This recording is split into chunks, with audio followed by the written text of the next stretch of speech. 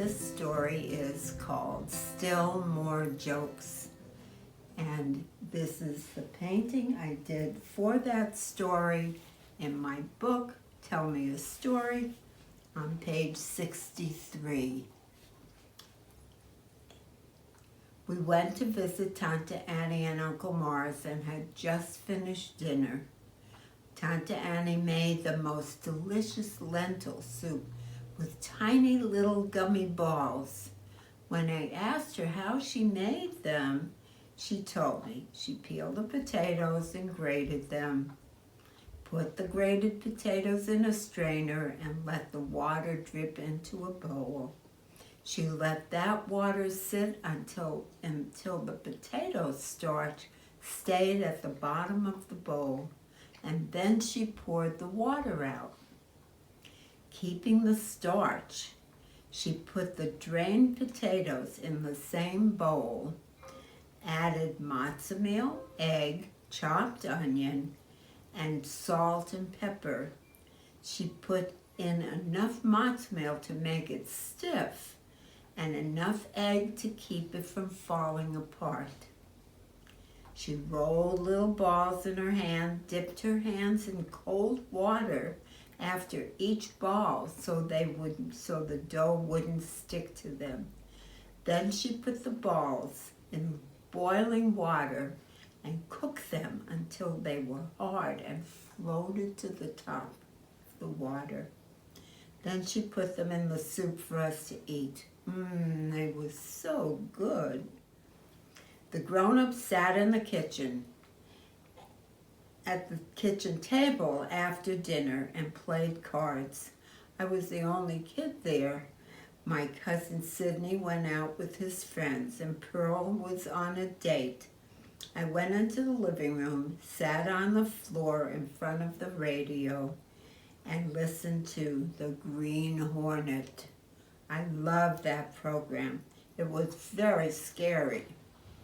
I had a paper and pencil and was drawing pictures when Daddy came in and said he wanted to talk to me. You want to play a joke on Tante Annie, Uncle Morris, Sidney, and Pearl? What kind of joke, Daddy? Do you want to, yes or no?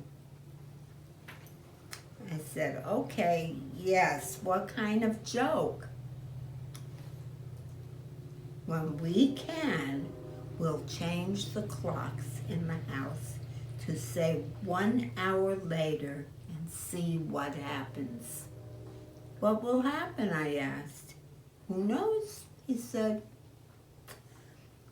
When we thought we couldn't get caught, Daddy and I went to the bedrooms where everyone had an alarm clock and set the time ahead on each clock.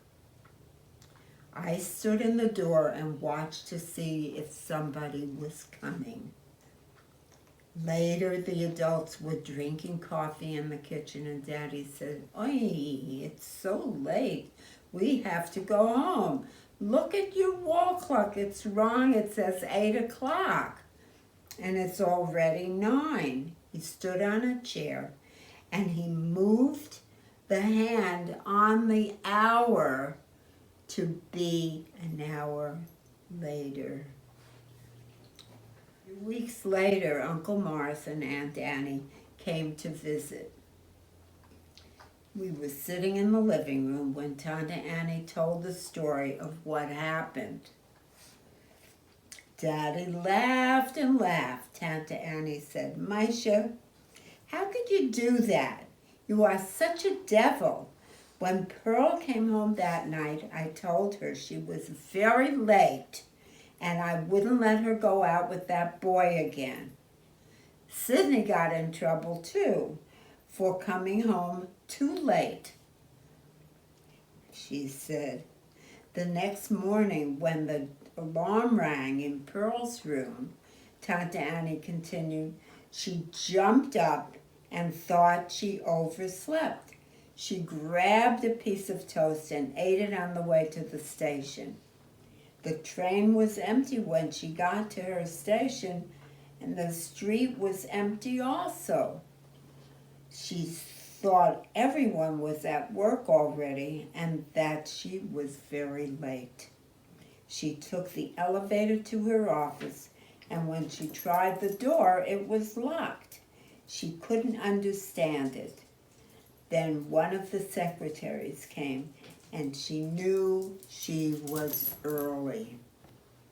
Sidney ran all the way to school, and when he got there, the gate was locked and he couldn't get into the yard. First he thought everyone was in school already, but then he saw some kids coming and he knew he was early. Morris had an appointment and rushed to work, and he figured that he was early. He knew it was you. He remembered you changed the clock in the kitchen when everybody got home that night. We talked about how you did it, but nobody could say. Everybody was mad at you, you big pest. Aunt Annie shook her head, and Daddy at Daddy. After everyone left, Mama said to Daddy, Misha, no more jokes. I do not remember my dad playing a joke on anyone ever again, but I'm sure he wanted to.